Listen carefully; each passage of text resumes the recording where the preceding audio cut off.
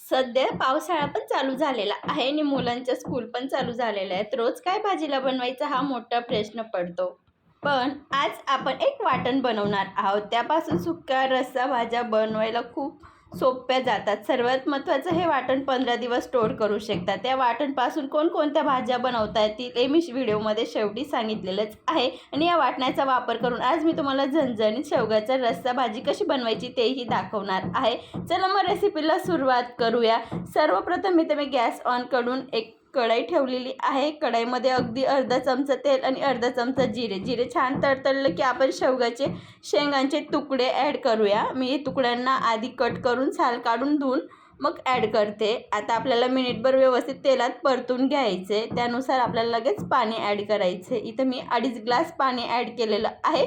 तुम्हाला किती हवं त्यानुसार तुम्ही कमी जास्त देखील करू शकतात. इथं मी अगदी भाजीला लागेल त्यानुसार अर्धा नमकचा इथं वापर करते. याच्याने काय होणार की आतपर्यंत शेंगांना छान टेस्ट येणार. त्यासाठी इथं मी अर्धा चमचा नमकचा वापर करते.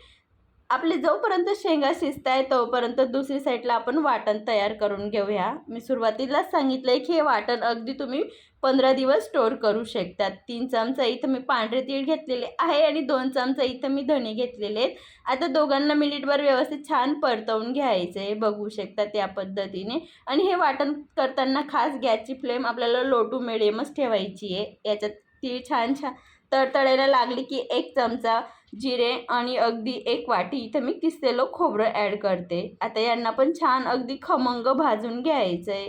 सध्याला पावसाळा पण चालू झालेला आहे म्हणून हे साहित्य भाजताना खूप काळजी ठेवायची, कारण की व्यवस्थित भाजलं की साहित्य खराब होणार नाही. मी एका प्लेटमध्ये गार करण्यासाठी काढून घेतलेलं आहे. इथे 5 ते 6 लसूण पाकळ्या आणि 1 इंच आल्याचा तुकडा घेतलेला आहे. लसूणच्या पाकळ्या खूप मोठ्या होत्या म्हणून मी 5 ते 6 घेतलेल्या आहेत. तुम्ही अगदी 12 ते 13 घेतले तरी चालेल. आणि एक इथं कोथिंबीर वापर करते. हे आपल्याला सर्व साहित्य अजून परत व्यवस्थित भाजून घ्यायचे. अगदी याच्या जागेवर तुम्ही कोथिंबीरचे देठं किंवा सुकलेली कोथिंबीर देखील वापरू शकतात. ते पण छान भाजलं की आपल्याला साईडला काढून घ्यायचे प्लेटमध्ये गार करण्यासाठी. इथं मी मोठ्या आकाराचे 2 कांदे बारीक कट करून घेतलेले आहेत.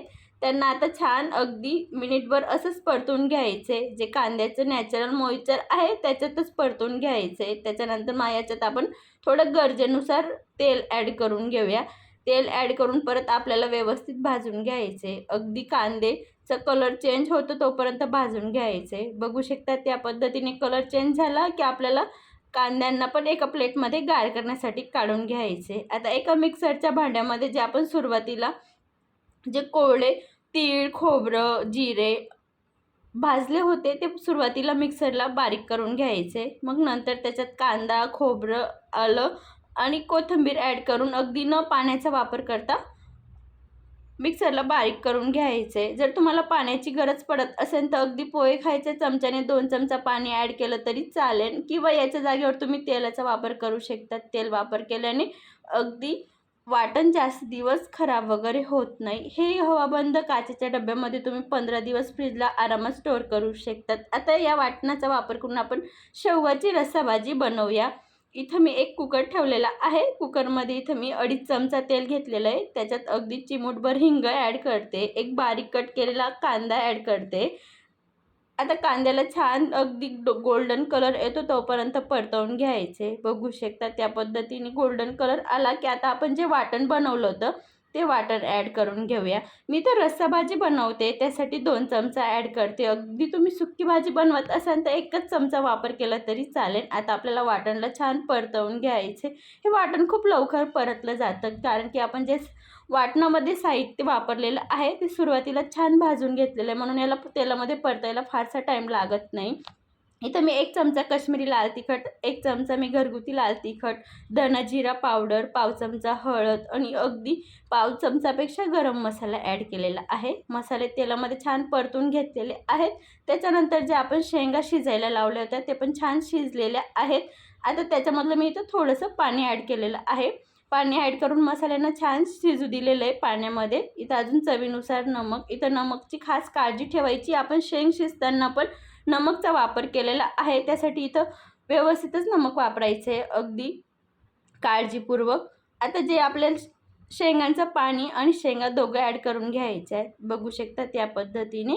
आता परत आपल्याला व्यवस्थित मिक्स करून घ्यायचं आहे. बघू शकतात मी सुरुवातीपासून तर शेवटपर्यंत या भाजीमध्ये मी 3 ग्लास पाण्याचा वापर केलेला आहे.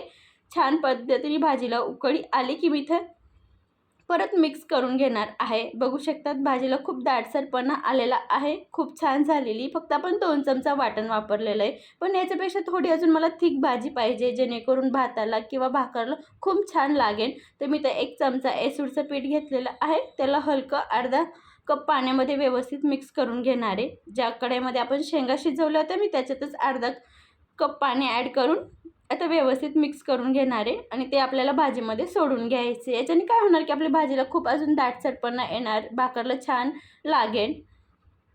परत आपल्याला व्यवस्थित मिक्स करून घ्यायचे आणि अगदी 5 मिनिटं मंद फ्लेमला उकळी काढून घ्यायची. बघू शकता तिथं आपला झणझणीत शेवगाचा रस्सा भाजी बनवून तयार झालेली आहे.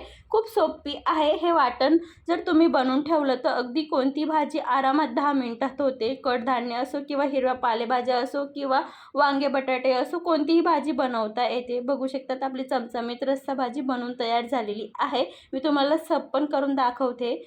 आजची रेसिपी जराही आवडली असेल तर फ्रेंड सर्कल, फॅमिली सर्कलमध्ये शेअर करा. अशाच मस्त आणि जबरदस्त आणि सोप्या रेसिपी पाहण्यासाठी माझ्या चॅनलला नक्की सबस्क्राईब करा. अशाच मस्त आणि जबरदस्त रेसिपीसोबत भेटूया. तोपर्यंत काळजी घ्या. धन्यवाद.